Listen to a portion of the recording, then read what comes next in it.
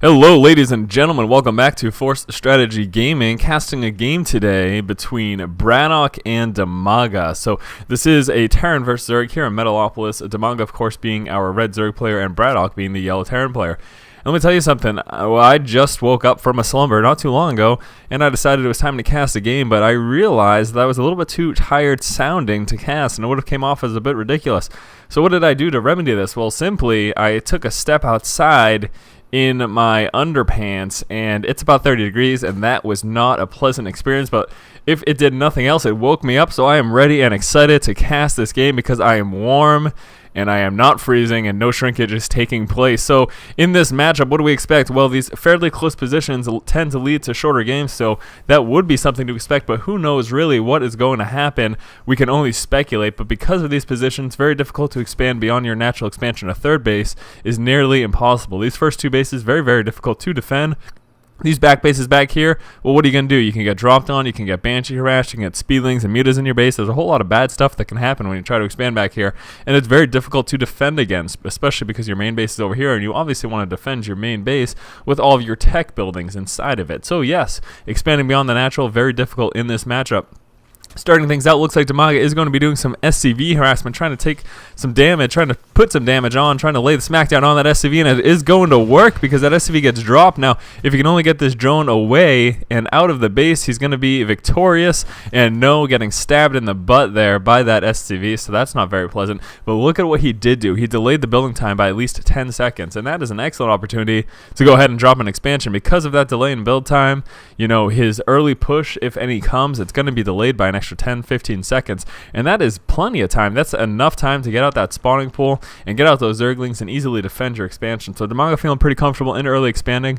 Now, if you haven't been following the scene very much, you know, we for the longest time saw many Zerg players fast expanding on a regular basis, but then that kind of curved back because of the fact that 2 racks pressure from a Terran player is very dangerous. It's very hard to deal with, and it can easily take out your expansion. But we are seeing here BratOk is not going for that. In fact, he is getting a tech lab here on his barracks, so interested to see what he intends on doing with that.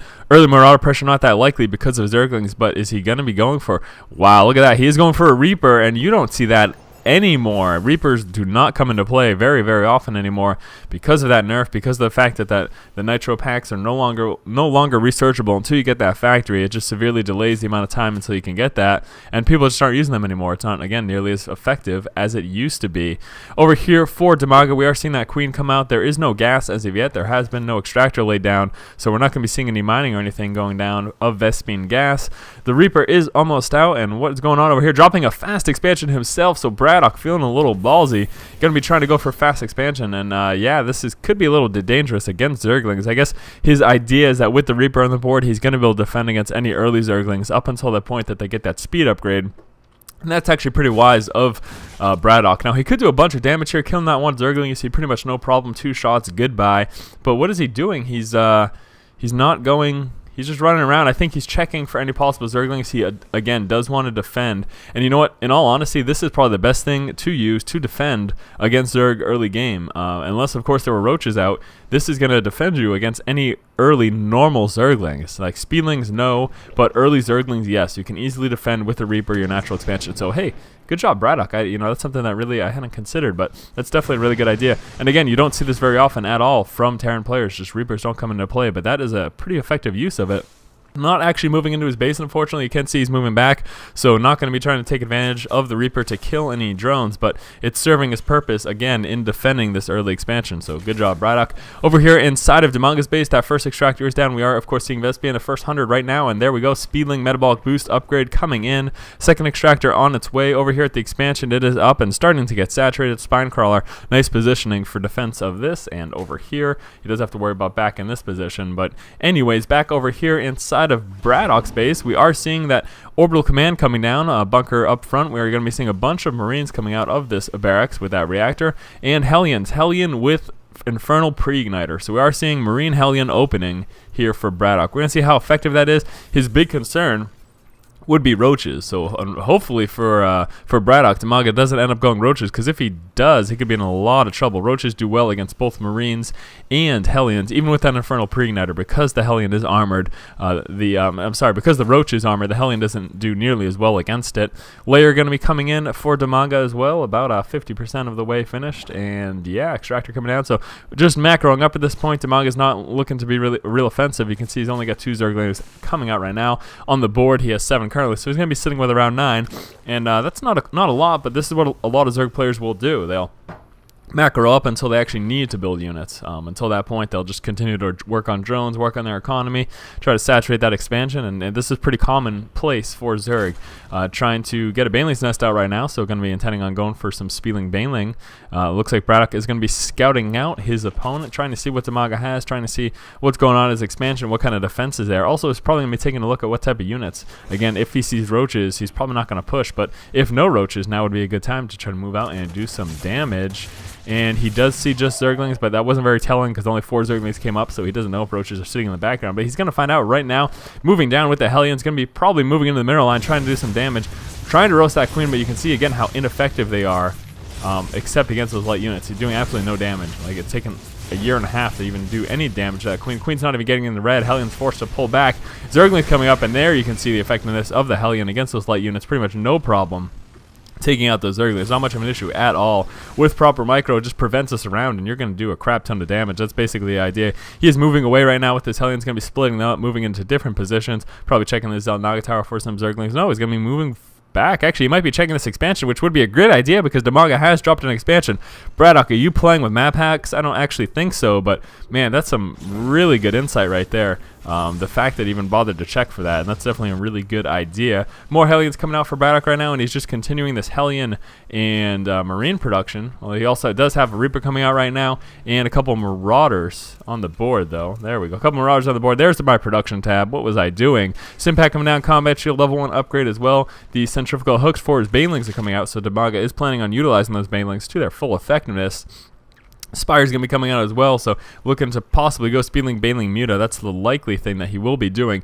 And you know what? This is actually not too bad a position for BratOk because this Marine Hellion build can do pretty well against Spieling Baneling Muta. You have to micro, you have to pay a lot of attention. You need your Marines to stay alive to kill the Mutalist, and you need your Hellions to take care of the Spielings and Banelings. But with proper micro, this can do pretty well for him. So we shall see how that plays out. And what's going on over here? Hellion push and Marines and a couple Marauders pushing forward, so this could be quite effective. Lots of units right now over here for BratOk. He's going to be pushing forward, also attacking the expansion over here with this 1 Reaper and these 3 Hellions. Pushing forward, trying to roast the Queen. He has to stay away from those Banelings, though. He needs those Marines to stay alive to defend against any Mutalists that may come out. And Hellion's going to be trying to continue to roast again. They're not that effective against buildings. They're only really good against light units. The Marauder's doing a good job, though, of taking down buildings, and I think he's going to kill this hatchery. But no, the Mutalists come out, and this is where the problem begins. So very light on Marines, and he did lose a couple of Marines to that Baneling attack. And because of that, he's just not going to have enough anti-air to take care of these Mutalists. Lots of Mutalists on the board, so BratOk could be in a bit of trouble if he doesn't have enough back at home. And also, Mutalists is going to be moving in this position, trying to defend this expansion, but not before it drops. The Reaper, of course, helped those Hellions quite a bit in taking down that expansion. Over here inside of BratOk's base, we have a couple Marines. Let's take a look at that unit counting station. There it is. So 7 Marines at the moment. Right now, that is not enough. He's definitely going to need more to be able to defend against all those Mutalists if those Mutalists decide to push out right now. Hellion's helping against the Zerg push at the moment. Some additional Zerglings and Banelings coming down right now. Yeah, just 2 Banelings, so not too dangerous. But look at this cloud of Mutalists and not enough Marines at all. But some excellent turret placement here by BratOk. I am impressed with that. Let's see what he's got up here. Some nice turrets right over here as well. Turret over here. So really solid turret placement by BratOk. It's going to make any Mutal harass much less threatening. Now, once DIMAGA does get a few more Mutas, so Bailey's going to be moving forward. I'll stop talking about the Mutal. It's going to be trying to move into the mineral line. Stimpack going down, splitting up his units, moving the SCVs away, staying away from the Banelings so far. And the Banelings... oh, 1 hit goes down, but it doesn't kill the SCVs. The Banelings did absolutely no damage. Great micro by BratOk. That was really impressive. He managed to keep all of his SCVs alive. He took damage, but they didn't die. And on top of that, he didn't really lose any units. I think he lost like a couple Marines and a Marauder, and that's it. There was a lot of banelings there. That was a lot of investment for DIMAGA to do as little damage as he did. Some Hellions are going to be moving forward for BratOk. I don't think they're going to do too much damage. We'll see what happens, though. Trying to roast a couple Zerglings, maybe try to get a couple of drones before you die, but no, getting dropped very quickly to all these mutas. So this point, it becomes a little bit difficult for BratOk. He needs to really continue to stay aggressive. If he clams up and stays in his base because of all these mutalists, then all that's going to happen is DIMAGA is just going to take map control and prevent BratOk from expanding at all, and that's going to stop him from getting minerals, and that's going to make him lose the game. Banelings moving forward, rolling right into the Marines. All of those Marines die. There was one left, but no Marines left at the moment. Trying to take out this expansion, though, trying to make some use of the attack. The expansion does go down, so again, you can see how quickly Marauders make work of expansions. Good job there, but that was a little unfortunate, the fact that he did lose all of those Marines. If he kept them alive, he could have fared a little bit more of a chance against these mutalisks. There are quite a bit at the moment, though. Back at the unit counter station, we can see there are 13 mutalisks right now, so he's going to need a sizable force of Marines in order to deal with that, something he doesn't have at the moment. He is continuing up production like a good player should, basically producing non-stop while he's attacking, while he's doing anything else. Drone's going to be transferring over here to this expansion. This is going to help DIMAGA quite a bit. These two spine crawlers should help fend off any small armies like the ones that initially took it out. You know, we saw 2 Hellions and a Reaper take out this expansion. Well, that's not going to happen with these spine crawlers here. So nice placement there by DIMAGA. DIMAGA flying around trying to find any little forces, trying to sneak around. He's going to see these Hellions, and actually again the spine crawler should do a pretty good job of taking them out by themselves. Again, you can see the good placement, pretty much covering the whole of his mineral lines, but losing a lot of drones to those Hellions. That Infernal Pre-Igniter and the fact that he didn't pull his drones away when they came in pretty much caused him to lose a ton there. BratOk trying to move this high yield. This is risky business right here. And no, not the movie. This is just risky business, the term.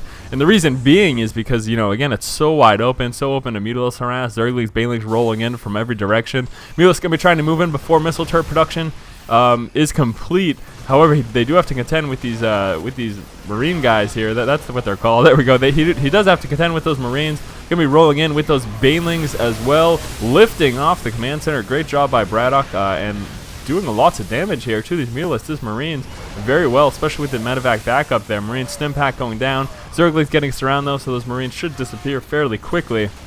The Mutalists do manage to fend off all of those Marines, but more Marines going to be rolling forward, and I don't think at this point DIMAGA has enough Zerglings and Banelings to take care of the Marines, so he's going to be forced to push back. The command center does go down, and we're probably going to see it transformed at some point into a planetary fortress, I would imagine. That would be the probable choice because of the fact that it's going to be so difficult to defend. He does want that extra help there. Speedling's trying to wrap around those Marines, and good job by BratOk by microing them away and keeping them alive, but Banelings rolling in, and that's a problem. So you can see what happens. That's kind of a general tactic as Zerg. You surround the units with Zerglings, and then you roll in the Banelings. So the units can't micro back if they're surrounded properly. And yeah, and then the Marines just kind of disappear. So good job by DIMAGA there. Outside of DIMAGA's base, what do we have going on? Let me get that production tab up there. Well, some Speedlings and Banelings on their way out. BratOk is choosing to go for the orbital command, so he's feeling pretty comfortable in defending it without that building. And inside of his base, we're getting some upgrades here, the level 3 upgrades, so good job. Those Marines are going to be super baller once that finishes.